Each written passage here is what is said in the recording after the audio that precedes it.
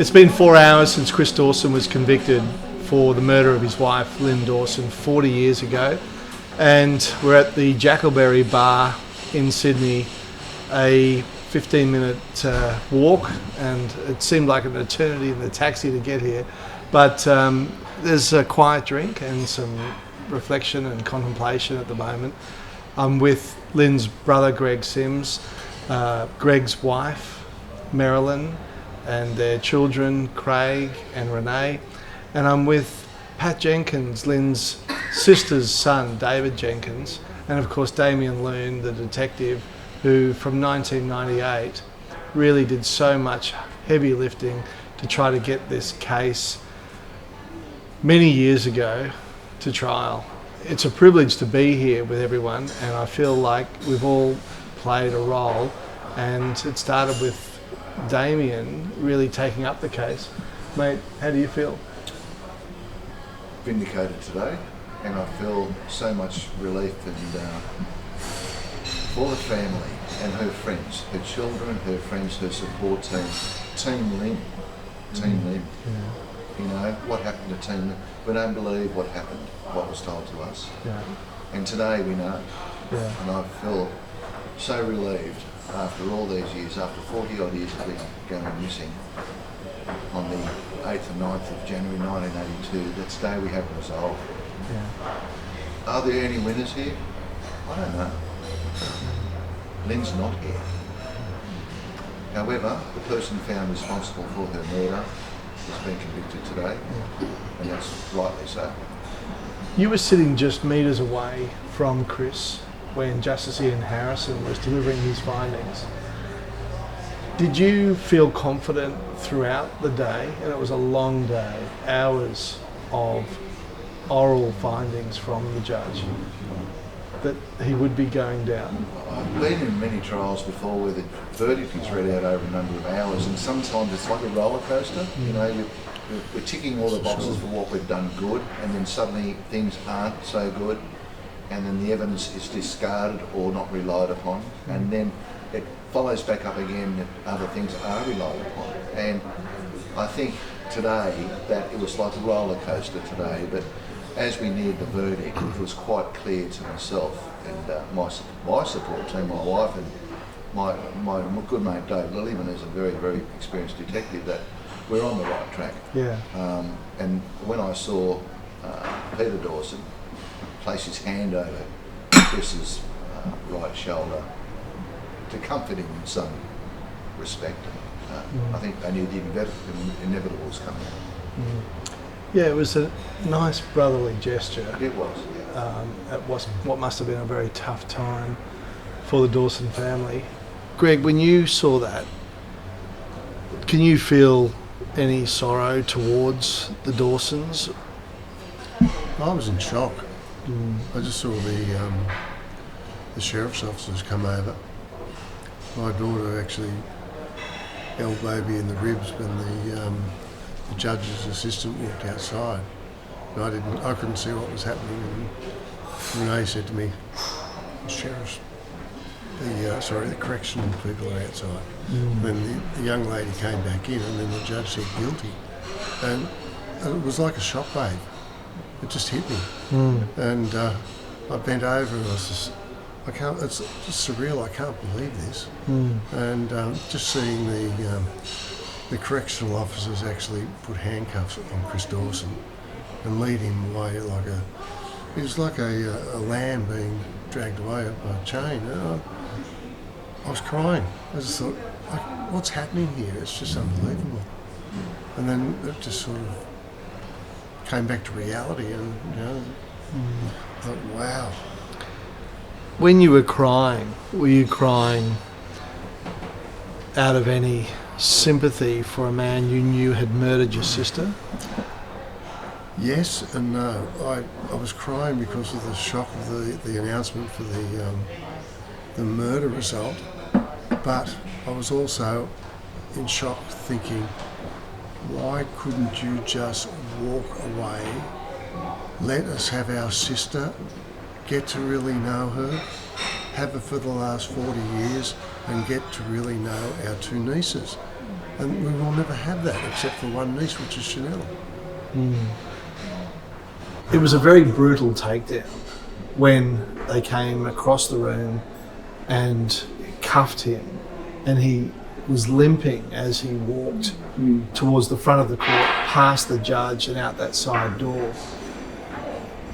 It was almost surreal. It was. So many years after. Just watching it happen, you think, what's happening in front of your eyes? And everyone had given out an with the verdict, and I believe the Dawson family were behind us. They were a little bit more vocal, but it's just it's unbelievable. He was the best man at your wedding to Marilyn.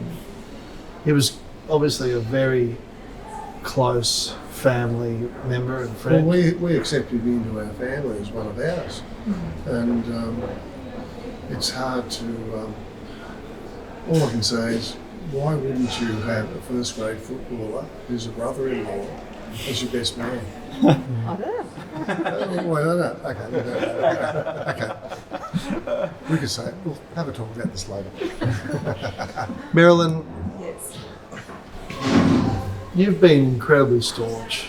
At Yes. times, did you want to stop campaigning over Lyn because of the toll this has taken upon your own family? Look, no, not really, because we as a family really like to see the right thing done, and we just felt that it wasn't right. There was something missing. There were lies. It wasn't the truth, and we had to keep going for Lyn because she was a beautiful woman, and we were robbed of our time with her, and I just wanted to support Greg and be there for him and for the whole family, to keep supporting him and just say, we've got to keep going, we've got to keep going. I felt like you were holding my hand, I was holding your hand at times when there were highs and lows, and then I lost track of, was the hand holding for the good points or the bad points? Where we were just comforting each I other? think I was as confused as you. Yeah, because But it at was more times, like, I'm a mother, I'm a protector. That's just me wanting to care for people. And I was really conscious of the points that were coming through, perhaps the lies that were coming through, the judge's opinion on certain things, and so I'd sort of grab onto Greg and try and give him comfort, and then when they'd try and disparage the Teacher's Pet podcast, I just sort of wanted to say to you, no, you did the right thing, you did the right thing. So that's where I was coming from. But at one stage I had you and Greg both holding on to me as well, so I think we were all there together. Yeah. It was really intense. And I think Damien explained it as being sort of a roller coaster. 1 minute you thought, well, yes, okay, he's going to convict him, and or maybe not. And that's how it's been all day. Yes. All day, really right until the last minute. Up and down. But I wanted to support you because I feel that you have been as passionate about this as we have. Yeah. We've listened to you speak, and we've adopted you as a brother, you know that. But we sort of feel that your passion is as full as ours, as deep as ours. And you really wanted justice. You wanted the truth told. And if we hadn't had you there to back us and to back the police investigations and things that were going on, and to make it known publicly that this is not all adding up. We are not hearing the truth here. So, thank you. Thank you. Well said. thank you. Thank you. Yeah. Appreciate it. RENEE, lots of people compare you with your auntie Lyn because of the resemblance, because you look alike. Apparently. Yeah. Do you feel a connection? I guess I do. It's kind of strange because I wasn't born when all of this happened, so I've never had the chance to get to know her. But for people to say that I look like her, I feel like that makes me a little bit warm and fuzzy. Yeah. How were you feeling when you saw Chris led away? I just felt it was incredibly surreal. I think even now I still don't quite believe it. Have you ever, as you heard the judge's reasons, did you ever think, is there a chance that he might not have done this? He may have actually been telling the truth. Something happened to Auntie Lyn, but not at his hands. I feel like we've always had a really good idea of what we thought the truth was. So no, I don't ever think I had that thought cross my mind at all. And I think to have the judge hear everything that we know about Lyn and her story, and to come to the same conclusion that we had, that was really gratifying, I suppose. Yeah. And when you saw people who would have once been part of your extended family, Dawson family members, in the courtroom, how did you feel about that? It was interesting to see a lot of them in person because I probably have never ever seen them in person. I've just known of them through this story. It was odd to see them in person. Did I feel anything about it? Probably not. To me, they're just people who are also involved in this story, I suppose. But yeah. Did you come to court today expecting a conviction or expecting a not guilty? I came to court expecting nothing, to be fair. As the date got closer and closer, originally I was thinking it'd be so much easier to mentally prepare for a not guilty verdict. And then as the date got closer and closer, even the idea of thinking about a not guilty verdict was just too much.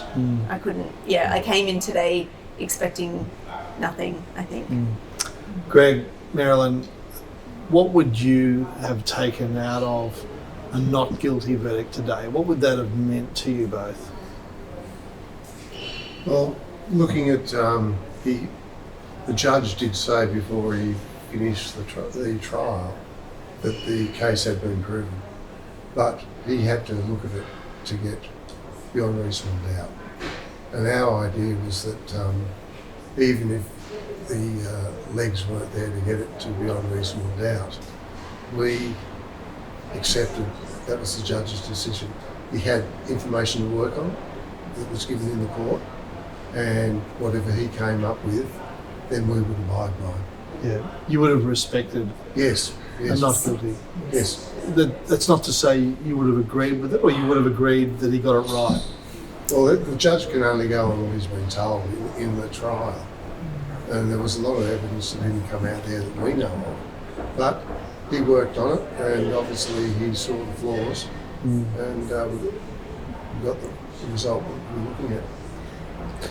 But I think we would agree also that had it been a not guilty verdict, in our minds and our hearts, we knew that he was responsible for Lyn's disappearance. And we were thinking if he was found not guilty, it was more likely on a technicality of the law rather than he didn't do it. Well, the evidence the judge could hear, was not sufficient, but that's not the same thing as not doing it. Yeah. David, your mother, Pat, Lyn's beloved sister, she couldn't come to court today, but tell me, what did she say to you after the verdict? It was hard to get on to her. She's very hard to contact. She's very popular after the verdict. I did speak to her briefly though, and she was certainly very relieved. Yeah. I think relieved both because it's what she's believed to be the case, the truth, for a long time. But also it's a form of success, I guess. She's pushed this hard for so long and has actually got this as an achievement.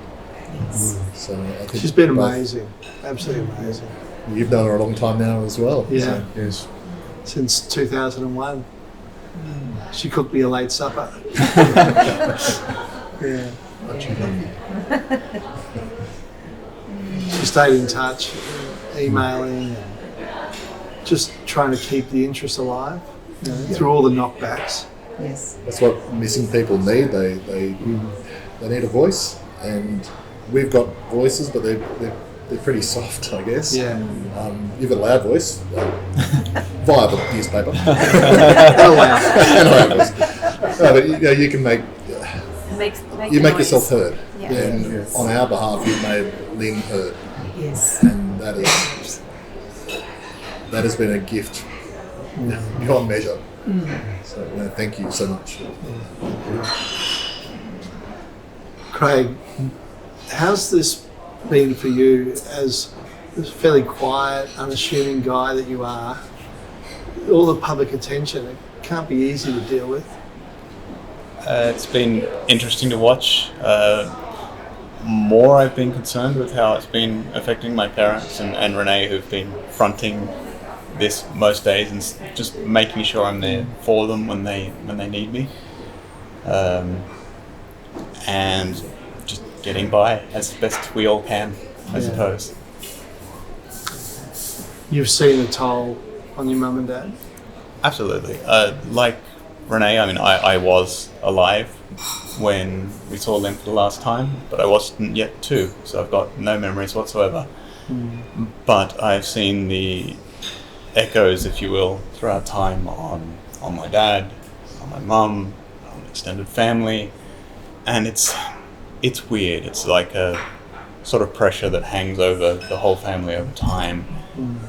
But you sort of don't realize how strange life has become until someone from the outside says, "Wow, you lived through what?" And you're like, "Oh, yeah, okay. Yeah, this is a bit weird. Maybe we should take a step back and reconsider where we're standing." So and then again, once again, it forces you to step back and go, "All right, what does my family need now to help them out?" Do you believe that Chris Dawson may respond to your appeal and tell you where Lyn is now that he's been convicted and faces the rest of his life behind bars? Is that a realistic chance? Well, you asked me once going over the Harbour Bridge if I would have one or the other of it, is have Lyn back, or what was it, Lyn? Find Lyn. Find Lyn, or have Chris convicted. And I wanted both. I wanted to be a little bit cheeky and have I both. remember that. Can you Well, have both? I don't know. I think he's convinced himself over the years that he hasn't done anything wrong. Why should he tell anybody? I wish he would. Maybe time where he is now will soften him and he will actually come good. But we can only hope and pray. I feel incredibly sorry for your mother, Helena. Yeah. So many years she searched for Lyn. Well, she only really believed Lyn wasn't coming back at Dad's funeral at South Head. And we were in the chapel and Pat was beside her and she just kept looking up the aisle. And that's when Pat said she knew that Lyn wasn't there, she wasn't coming, because she would have been there for Father's funeral. She was waiting for Lyn to arrive. She was at the waiting for church. Lyn to come through those doors. That, and after the first coronial inquiry, I think when the first magistrate, is that the right word?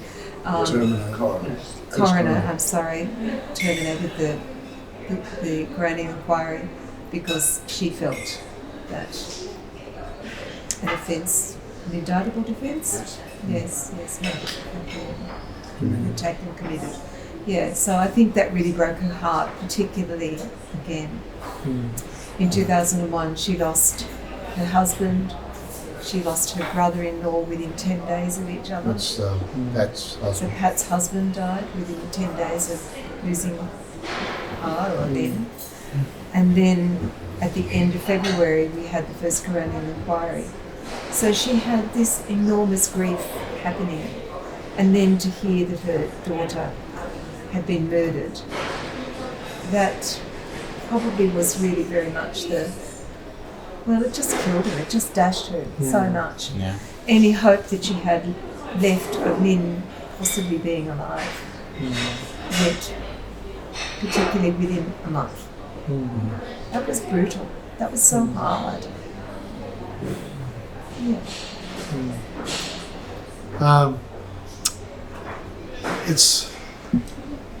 It seems a bit. It doesn't feel like a celebration, but it feels like a special time. You know, celebration's possibly too strong, but It's not a it's celebration. It's not a Yeah. celebration. This is a tragedy. It's not. There are too many Yeah. victims Yeah, I here. agree. There are too many I agree. victims. yeah. There's Dawson's and ours, Families. families, Families, the daughters, the daughters of the. Yeah. Sharon and Chanel. I mean, they've been lied to their whole life. Yeah. What did Pa say when all of Lyn's Pa- stuff was My dropped off? father first said, "The bastards done her in." That was the first thing Dad ever said. And we all berated him. Yes. We said, "You can't say that. That's not true. That can't be right." Because you believed me. Because we believed what Chris had told Helena. And we thought, well, Had no reason to. had not no believe reason, it. but then we were so conflicted because we couldn't understand that Lyn would go without her girls. And I don't know, it was just a really strange time. A really strange time. We look back on it now and people probably think, well, how were they so dumb? How did they not think, you know, that Lyn wasn't around anymore or something or other? But we trusted him. That's probably the downfall of our family, is that we trust people. It's not a downfall, it's a great thing. But we did trust him. And there's also a difference being on the outside looking in now to being in the middle of it at the Yeah. time. Yeah. I think it's a very different perspective. Yeah, it is. It was, looking back on that time, it was so strange because Lyn's siblings were in the country and we didn't get the opportunity to get together very often. Two of us didn't have phones. We had to rely on snail mail, as they call it these days, which would take a long time. We had young families. You didn't receive a letter and sit down straight away and answer it. It would take you several days or late at night when the kids were finally asleep or something like that. So it's such a different time, and to try and explain that to generations today is really difficult. You know? But Helena really just took everything on. She was just amazing. And she wanted it that way because We were so widespread. we were so widespread, and so she was like the officer in charge, basically. But you know, Helena was not a leader. She was a quiet doer. person. She was a doer. She was wonderful. She was a terrier. Terrific records and things like that. But she sort of took over control because she was a protective mother, trying to look after her kids. Don't worry, I'll deal with this. And then to think that she was lied to constantly because he knew that she believed him. It's one of the most callous parts of this Oh. horrendous story. The wickedness of telling Helena that in a day or two, Lyn had said she would call her And mother. then Mum Yeah. sitting by the phone waiting all Oh. day for that call. Nothing came through. That's just- that image Oh. in our heads is just so strong. It's Is wrong. that is the cruelest thing you could have done.